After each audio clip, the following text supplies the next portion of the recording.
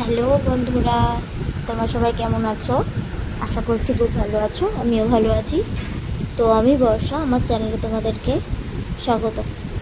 তো চলো, আজকে একটা চলে আসলাম নতুন ভিডিও নিয়ে। দেখো কোথায় যাচ্ছি। আমাদের বাড়ি থেকে আমরা দীঘা সি বিচে সেদিন গেছিলাম। তো আমাদের বাড়ি থেকে দীঘা সি বিচটা খুবই কাছে, মাত্র 1 ঘন্টার রাস্তা। তো আমরা মাঝে মাঝে এরকম বেরিয়ে পড়ি দীঘাতে। তো সেদিন দেখো, আমরা যেদিন গেছিলাম সেদিন কত ভিড় ছিল, আর এত পরিমাণে ঢেউ আসছিল যে অনেক লোকে নামতেই পারছিল না।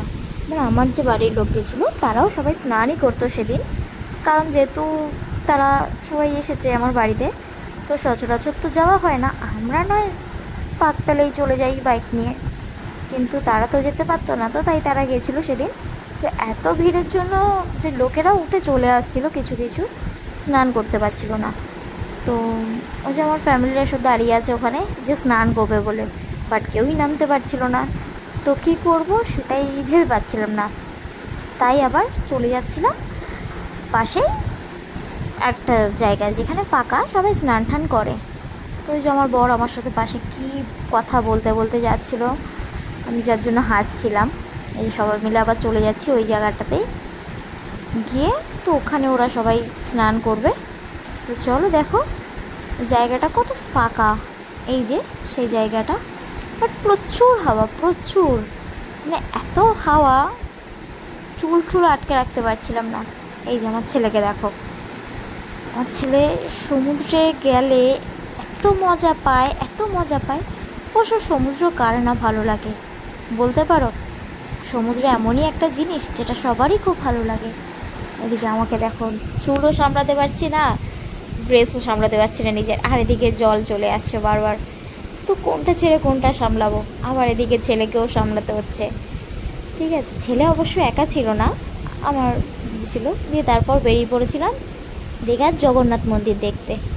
দেখো কত সুন্দর লাইটিং, রাস্তাটা কতটা সুন্দর, খুব ভালো লাগছিল বাইকে যেতে সেই সময় এই দৃশ্যটা দেখতে।